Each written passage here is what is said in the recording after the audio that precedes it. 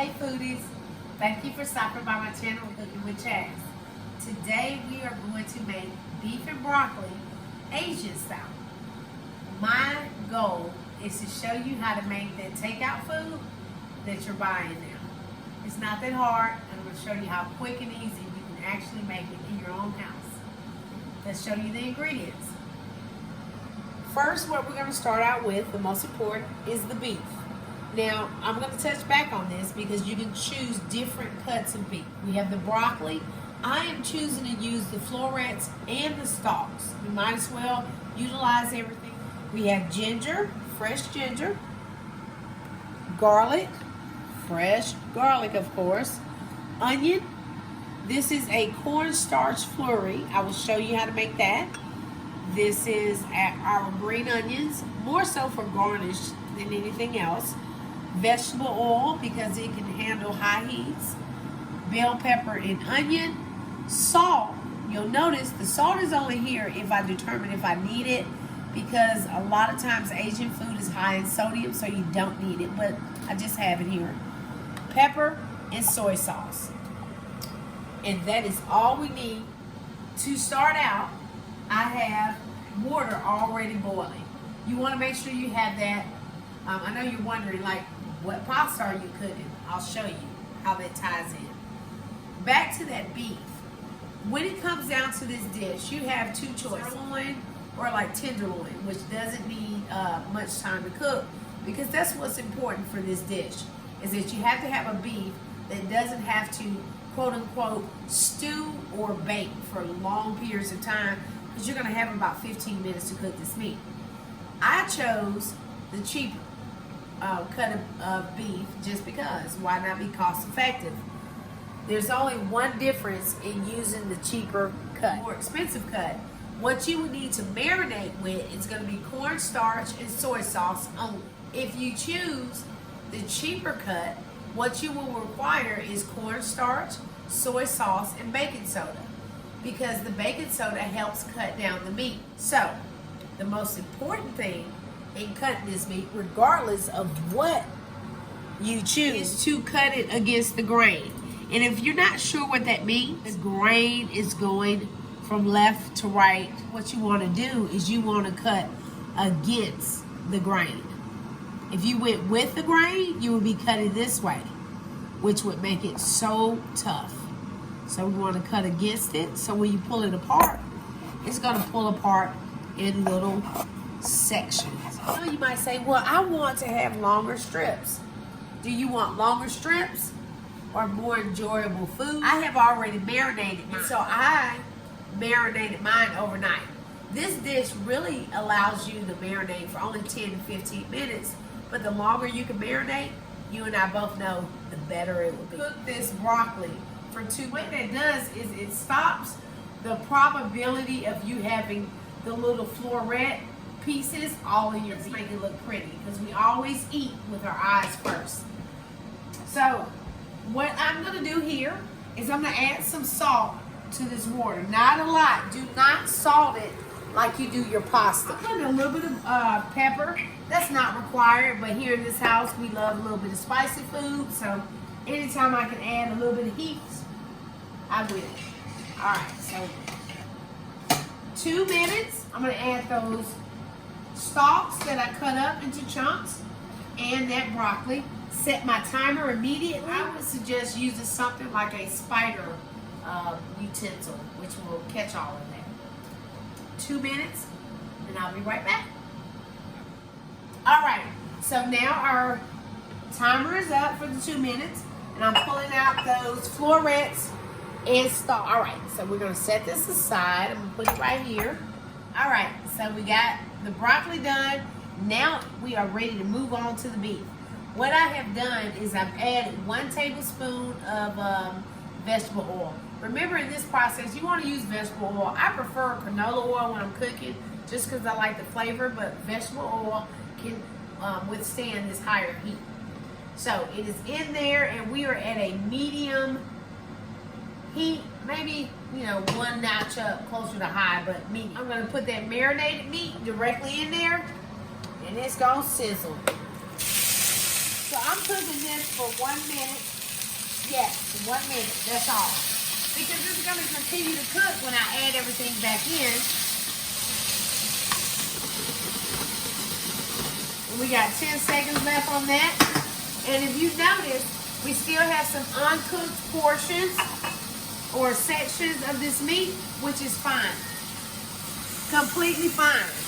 And now we're gonna go ahead and I'm gonna add it to this bowl, set it aside. Ooh, that looks so good. You got some pieces that are not completely cooked.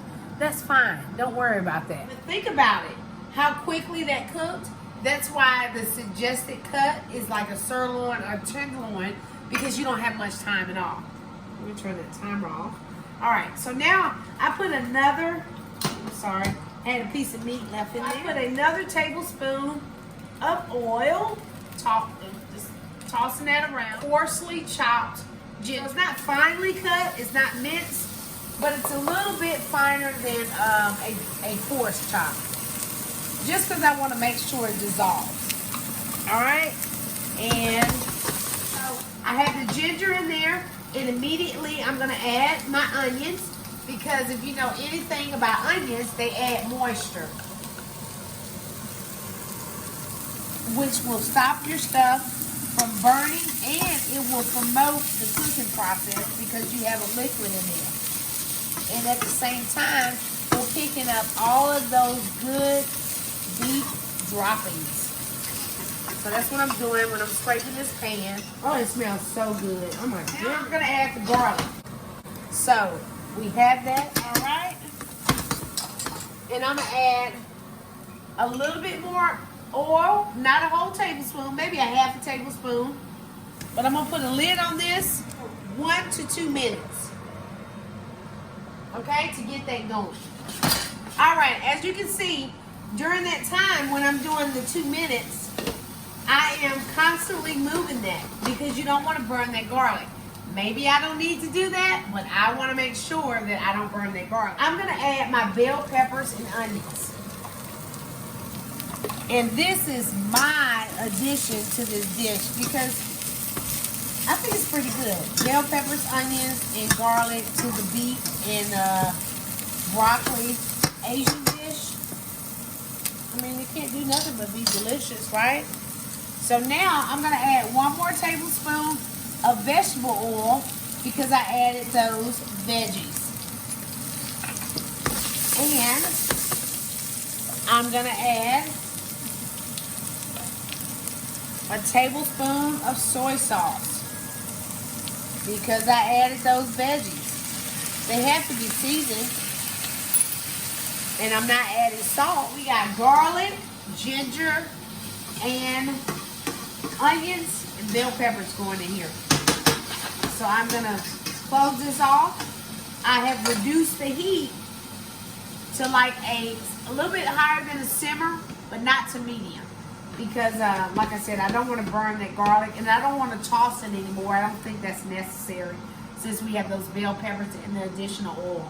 So I'm going to set that for an additional 2 minutes. And we're good to go. And when we come back, I'm going to show you how we're going to put all this stuff together, plate it, and it's time to eat. We are ready. So our timer's gone off. We'll turn it off. Turn it all the way off. And this is what you have.